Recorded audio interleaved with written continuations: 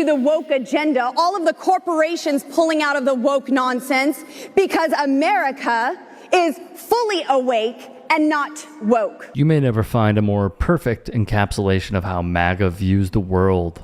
They're living in a world completely detached from reality, where words mean nothing, and the only thing that matters is keeping the base angry at anything but the ruling class. The enemy attempted to defeat God's plan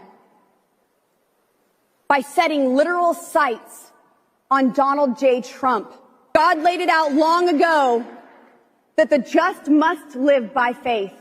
And if we are going to live by faith, we have to know there is going to be a battle. And in this room, there are men and women who are prepared for that battle. But also remember, this fight of faith, it's a good fight.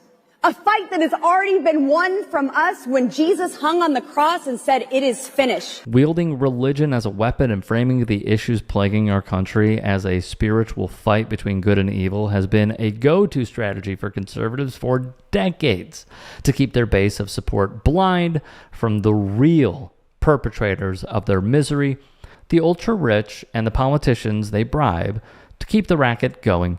It's hard to put into words how frustrating it is for a goof like Lauren Boebert to have real political power, but comedian Brent Terhune has a few words to share. And hey, just a quick break in the action. You should go subscribe to my new show, The Rick Strom Show. I'm going to be interviewing people from sports, music, journalists, authors, sports doctors. It's going to be fantastic. Please go subscribe. Thank you. Lauren, I just think you're the most beautiful woman in the world. And I know you know that Beetlejuice 2 is coming out this week, and it would just be an honor if I could take you on a date to Beetlejuice 2. And I've taken care of everything. I've got the tickets. You can call me Eddie Money because I got 2 tickets to Paradise, the good seats with the recliners.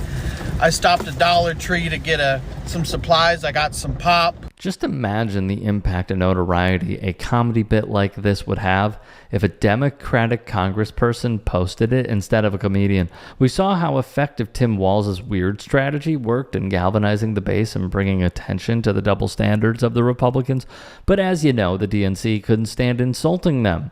And the same corporate and wealthy donors that fund the Republicans refusing to meet them where they always want to fight. And I know you like to vape, and I don't know what kind you liked, but I got you a couple different ones. This one is blueberry and ivermectin, and this one is biscuits and gravy and ivermectin. If you don't already, please follow and support Brent Terhune's work because he has the smoke for the Republican Party that we need to see a lot more of if we want to dig ourselves out of the hole our country is currently in. That's not it. Somebody said this is that looks like the cool kids table, and I say it looks like guys who would definitely support the purge table, all 6 of them. And I said 6, and that's because JD Vance is in this photo. They just made him sleep in the overhead compartment. They didn't even give Mike Johnson a chair. He just got a little dog bed right there in the aisle. I know an unkissed ass hates to see Mike Johnson coming. Terhune could not be more correct about Vance and Johnson.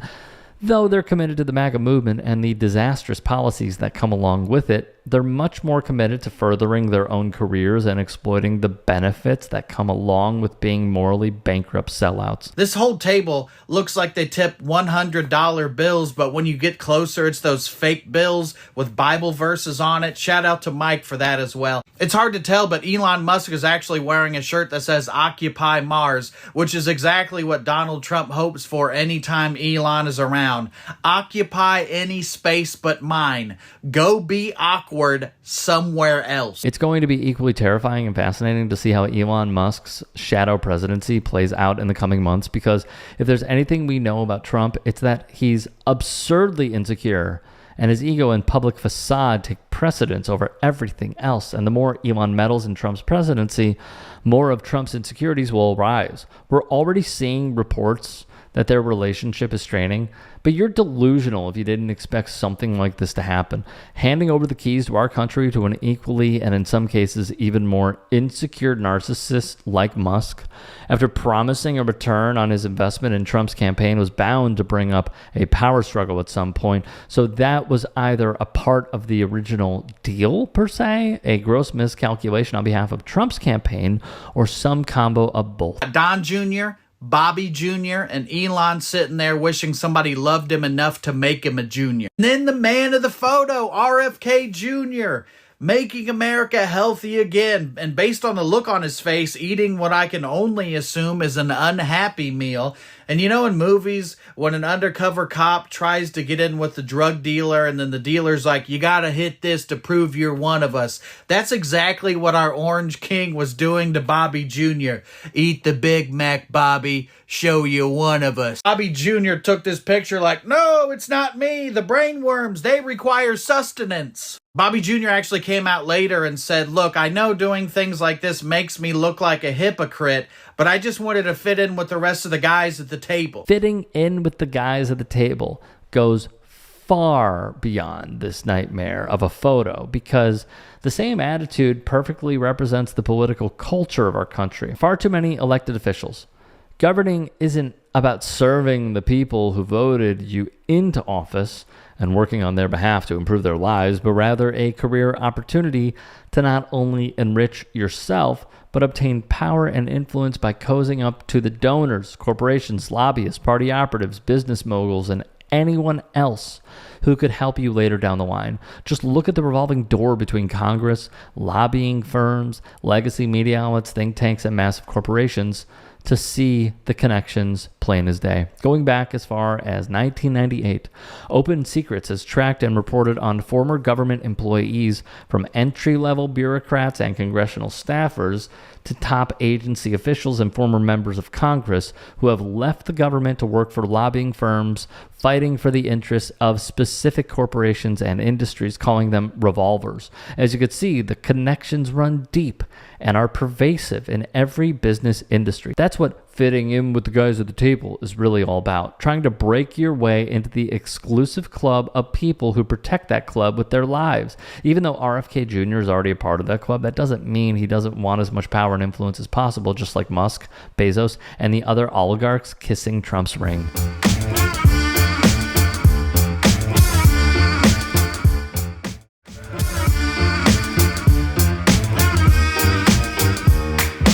I'm not surprised that we're seeing these terrorism charges and first-degree murder charges, but it is a risky move. And terrorism requires either an intent to intimidate the public or influence government policy. And New York has a more narrow first-degree murder law than most states. So it does result in an increased potential penalty. It's 20 to 25 years without the possibility of parole for first-degree murder, and only 15 with the possibility of parole for second-degree murder. So I understand why Bragg's office did this. Let's touch on Luigi Mangione with comedian Sammy Obeid. I wouldn't call Luigi to terrorism, man. I mean, you could say he had a mission, and he definitely gave up the rest of his life to do that, and it was a violent mission, and he did it, and you know, so you could say it was a Luigi jihad, and he was radicalized by back pain, you know. Allegedly, by the way, allegedly. Yes, I gotta say allegedly. We haven't matched the eyebrows yet. Yeah. Obeid, as always, tears into the heart of the issue. Terrorism charges? Really? More from Obeid in a moment. Everybody's affected by healthcare. They should be coming out now saying, look, we get it. We have families too. We're people. We have children. We care about what you think about, and we're going to automate this process and make it better or do whatever they have to do. So when you appeal a case, it's not a delay situation. And if you have a valid claim, you get paid out. That's what insurance is supposed to do. But putting a fence around headquarters, hiring more security guards, that's all bad imagery, Wolf. It's all bad, and it's not the right answer. So if you're an executive, you know, in interim management, United Healthcare, or any other health company, you got to read the room, Wolf. You got to read the room and realize right now that the public is turning against you. They are your customers, and they don't like it. Now, this poor man lost his life, horrific. But if anything good is going to come of this, it's going to be policy change, because you've basically got people lighting up their torches, just like in the Frankenstein story, and going to the castle, and they're going to burn it down. And you gotta hear that. Another point of contention: how different age groups feel about what took place on the streets of Manhattan. I noticed this issue has a generational divide. okay? Gen Z loves the Luigi. They already got like Luigi tattoos, right? He's their hero, right? Millennials, we're a little more coy with it. We're like, oh, I see what he did there. I see what he did there.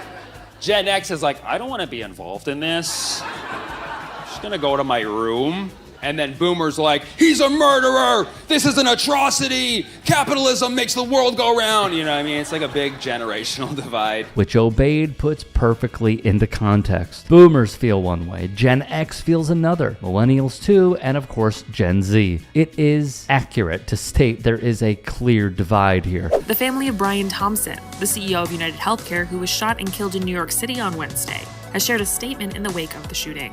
On Thursday, Minnesota NBC affiliate KARE obtained a statement from the Thompsons, taped to the front door of their Minnesota home. It read, "We are shattered to hear about the senseless killing of our beloved Brian. Brian was an incredibly loving, generous, talented man who truly lived life to the fullest and touched so many lives. Most importantly, Brian was an incredibly loving father to our 2 sons and will be greatly missed. We appreciate your condolences and request complete privacy as our family moves through this difficult time." For many, they are not buying it. I get it. You have a guy who was shot. I'm not glorifying that. I'm just making jokes. And I've already made a bunch of jokes, and people have been getting on my case. One guy commented on my Luigi jokes, like, you know, a wife lost a husband. And I was like, wait a second. I looked it up. Brian Thompson separated from his wife in 2018. Yeah, they weren't even together. They were gonna get divorced eventually. So if anything, this kind of...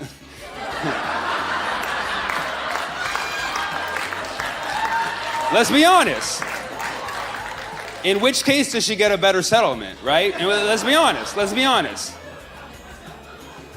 If anything, she should be suspect number 1. Like, why are we not looking at that? They've been separated for 6 years, at least. That's crazy. And they were likely, obviously, seeing other people. So yes, if anything, a side piece somewhere lost a sugar daddy. And I feel for that. As Obeid puts it in perspective, Thompson was separated from his wife and on the verge of divorce. This storyline has been downplayed by many boomers when discussing the topic. That's Brian Thompson right there, the CEO of United Healthcare. He was shot and killed while outside the Hilton Hotel. And United Healthcare, of course, one of the largest corporations in America. We're told that Thompson was headed to a conference for United Healthcare that was expected to happen in the ballroom of that hotel, of the Hilton there in Midtown, when there was a gunman who fired shots about 20 feet away from him as he was approaching that hotel. We don't have anything on the way of motivation yet. The police are saying that they think it could be a targeted hit, that the gunman was lying in wait. If this was a conference that had been announced in advance, perhaps he then knew the CEO was going to be there. That would explain why he struck at this moment. Furthermore, on the reaction from the electorate and Americans as a whole. It's horrible to lose your father. This is a horrible thing. And furthermore, horrible to hear about like why his father was killed and what he was involved in and all these things that might be haunting them for the rest of their lives. And that's a horrible thing. And I sympathize for those 2 teenagers, wherever they are. I really can't imagine what it is to deal with that kind of pain and grief and suffering. I do like to keep people in mind, but you're gonna say because of 2 people, I'm not even allowed to cover this topic. You know, as a comedian, my job is to cover the most relevant, sometimes controversial social topics. And you're saying I can't cover this because of 2 people? That's f***ed up. And you know what that is? That's denial of coverage. So... Obeid shows us how professional comedians set up a punchline with precision. Please, if you can, check out Sammy Obeid's YouTube channel for more long-form content from his shows. It's fantastic. Go to his website, sammyko.com, for tour updates to see if he is coming to a city near you, which, by the way, go to it, duh. Of course, his Instagram, which can be found at the handle under his name, at Sammy Obeid, and TikTok before Marge and Lauren Bobo decide to shut it down. Shout out to Sammy as always. His content and stand-up is A+, top tier stuff.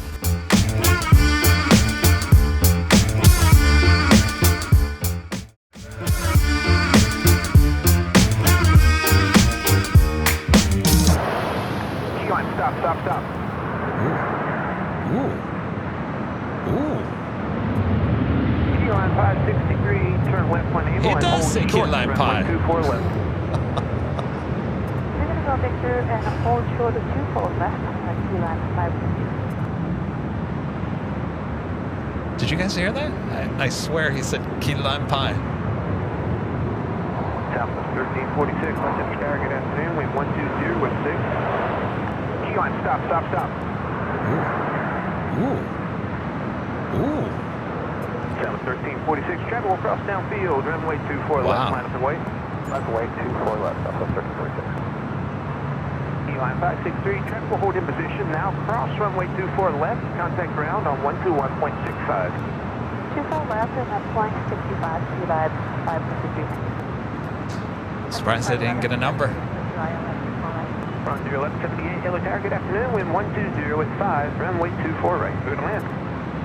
24 right, clear to land. This was captured by the YouTube channel Airline Videos that showed the Gonzaga men's basketball team's plane almost colliding with another plane as it took off from LAX. In the wake of this near miss, though that has been argued in public, the FAA is investigating. The key line that was heard appears to be the smaller jet that halted its momentum immediately to let the other plane take off. To give a better visual of what transpired here, it's a really helpful video from Vasa Aviation on YouTube. Delta 471, wind 130 6, RNAV Delray, runway 24 left, clear for takeoff. RNAV Delray 24 left, clear for takeoff, Delta 471.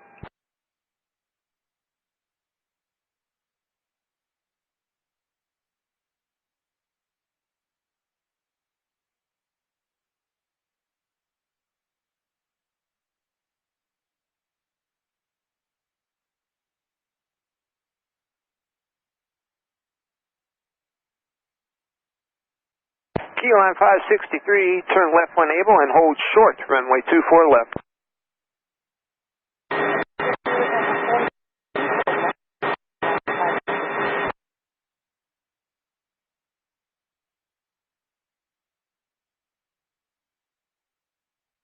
Southwest 1346, all center star, good afternoon, wind 120 at 6.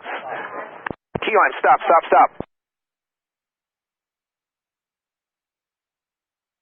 Southwest 1346, travel across downfield, runway 24 left, line up and wait. Runway 24 left, Southwest 1346. Key line 563, traffic will hold in position, now cross runway 24 left, contact ground on 121.65. 24 left and that's flying 65, 563. Frontier Flight 1178 with you, ILS 24 right. Frontier 1178, yellow tower, good afternoon, wind 120 at 5, runway 24 right, clear to land. 24 right, clear to land, Frontier 1178.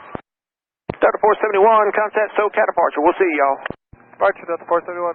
Lots of angles here, let's discuss. And hey, just a quick break in the action. You should go subscribe to my new show, The Rick Strom Show. I'm going to be interviewing people from sports, music, journalists, authors, sports doctors. It's going to be fantastic. Please go subscribe. Thank you. First, via ESPN.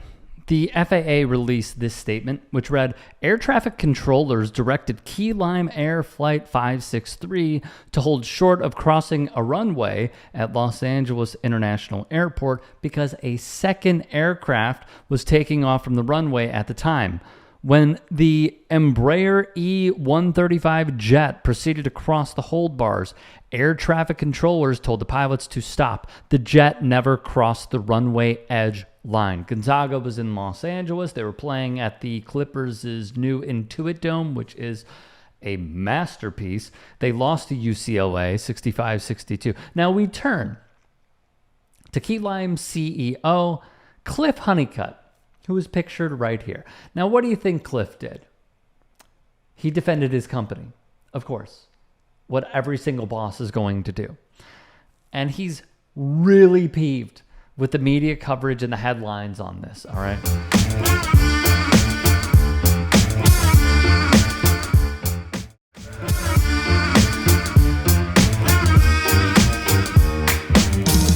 In an email to Sportico, Honeycutt said, characterizing this as a near miss or near collision just seems irresponsible.